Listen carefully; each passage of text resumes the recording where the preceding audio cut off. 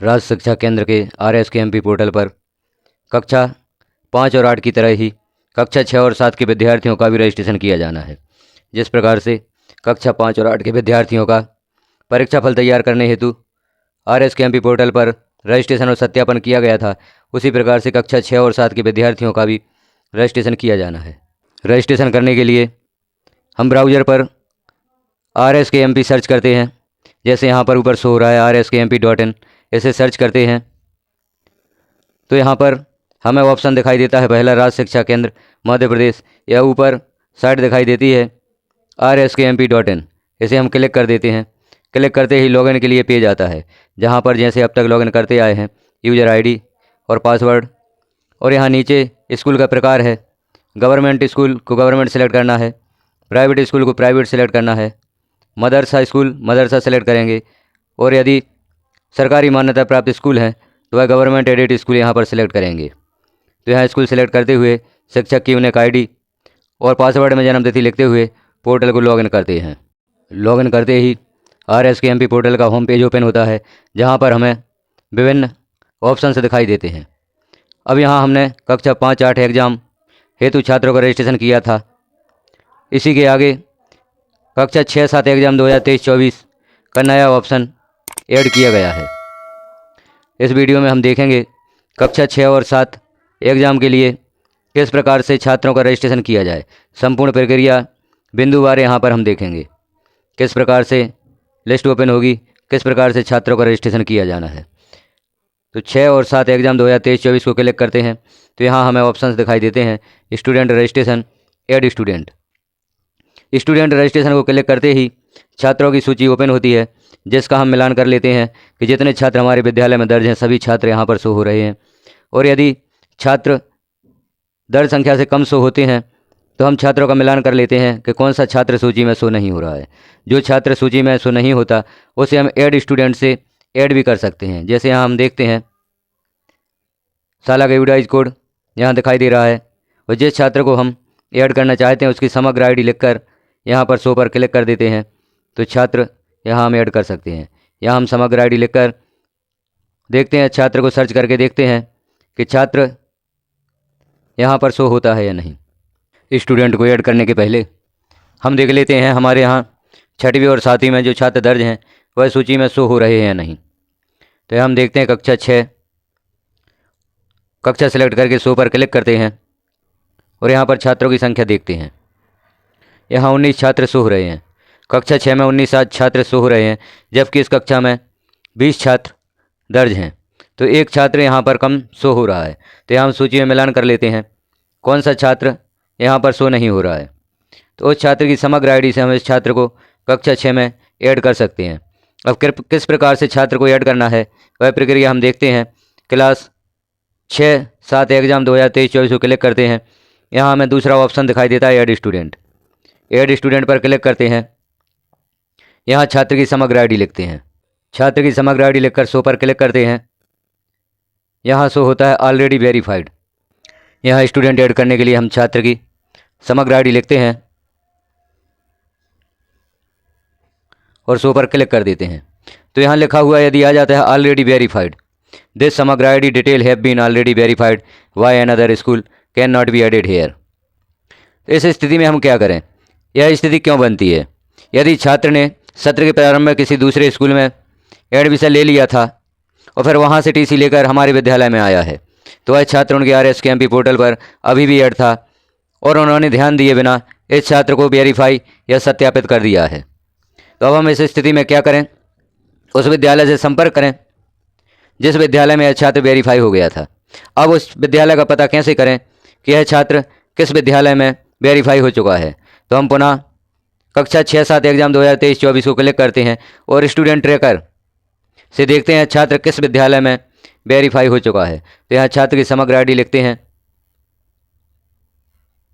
समग्र ID लिखते हैं और देखते हैं किस विद्यालय में छात्र वेरीफाई हो चुका है।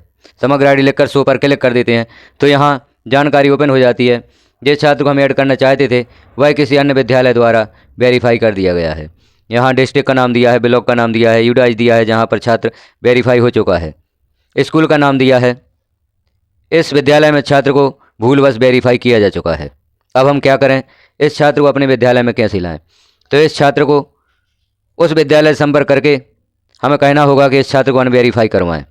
चूँकि अनवेरीफाई की सुविधा ब्लॉक स्तर पर दी गई है, शिक्षक स्वयं अनवेरीफाई नहीं कर सकते, तो उस विद्यालय से संपर्क करके इस विद्यार्थी को अनवेरीफाई करवाना होगा।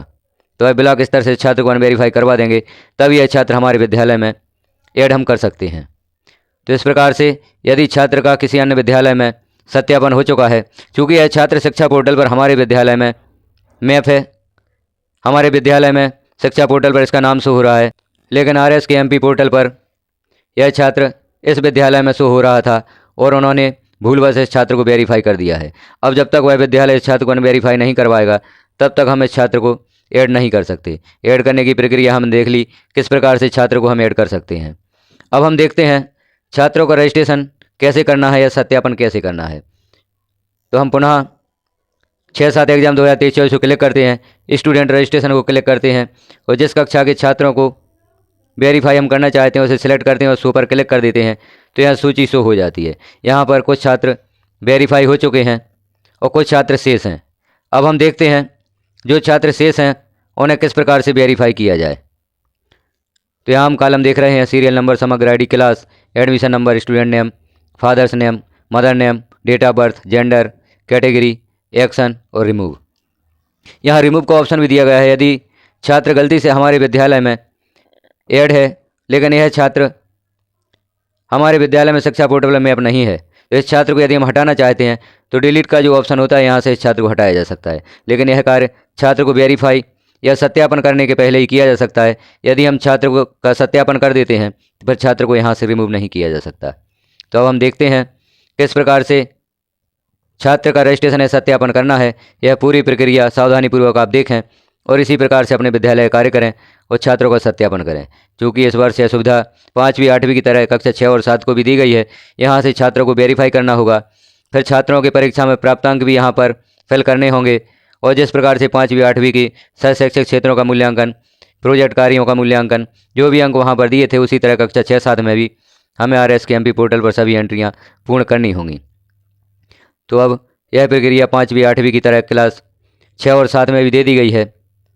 5वीं 8वीं की तरह सुविधा यहाँ प्रदान की गई है। तो यहाँ परीक्षा फल से संबंधित सभी एंट्रियाँ की जाएंगी।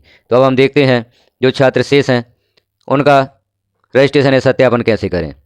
यहाँ पर जिन छात्रों का सत्यापन हो चुका है, यदि उन छात्रों की जानकारी में कोई मिस्टेक है, अभी हमने भूलवश कोई जानकारी में मिस्टेक कर दी है, तो एडिट क्लिक करके हम उस छात्र की जानकारी में फिर से सुधार कर सकते हैं। यह भी सुविधा अभी यहाँ पर दी गई है। सारी जानकारी को सावधानीपूर्वक पढ़ें। यदि कोई जानकारी हमने गलत फीड कर दी है, गलत दर्ज कर दी है, तो उस जानकारी को सुधार कर अपडेट पर क्लिक कर दें तो जानकारी अपडेट हो जाती है। अब जिन छात्रों का भी रजिस्ट्रेशन नहीं हुआ है उन छात्रों का रजिस्ट्रेशन करके हम यहाँ पर देखते हैं, सत्यापन करके यहाँ देखते हैं। तो एक्शन वाले कॉलम में जो सही का टिक हमें दिखाई देता है, इस पर क्लिक करना होता है। यहाँ छात्र की जानकारी ओपन होती है, साला का यूडाइज कोड, समग्र ID, school name, student name. तो यहाँ पर छात्र के नाम की स्पेलिंग हम देख लेते हैं। छात्र के नाम की स्पेलिंग में कोई मिस्टेक है तो उसे हम सुधार देते हैं।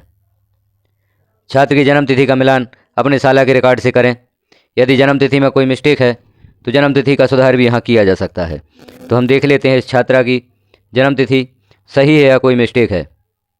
यदि हम इसमें सुधार करना चाहते हैं तो अभी सुधार कर सकते हैं। यहाँ इस छात्रा की या विद्यार्थी की जो जन्म तिथि दी गई है वह हमारे साला के रिकॉर्ड से या साले अभिलेख से मिलान करती है, तो इसमें सुधार नहीं किया जाना है। और यदि मिलान नहीं करती तो यहाँ पर हम सुधार कर सकते हैं। छात्रा का प्रवेश पंजी क्रमांक यहाँ पर लिखेंगे। जो भी छात्रा का प्रवेश पंजी क्रमांक है उसे हम यहाँ पर लिख देंगे। आगे देख लेते हैं क्या छात्र CWSN है। यदि नहीं है तो नो, और यदि CWSN है तो यस पर क्लिक कर देते हैं। CWSN कैटेगरी, यदि यहाँ पर हम यस सेलेक्ट करते हैं तो यहाँ कैटेगरी भी देनी होगी, और नो सेलेक्ट करते हैं तो यहाँ पर कैटेगरी नहीं देनी है।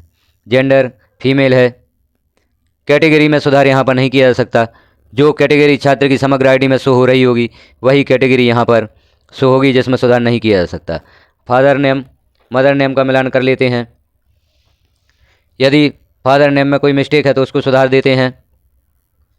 मदर नेम में कोई मिस्टेक है तो उसे सुधार देते हैं। यहाँ पर करेक्शन करते हुए हम छात्रों के रजिस्ट्रेशन की प्रक्रिया पूर्ण करते हैं। यहाँ छात्र का या पेरेंट का मोबाइल नंबर दिया गया है।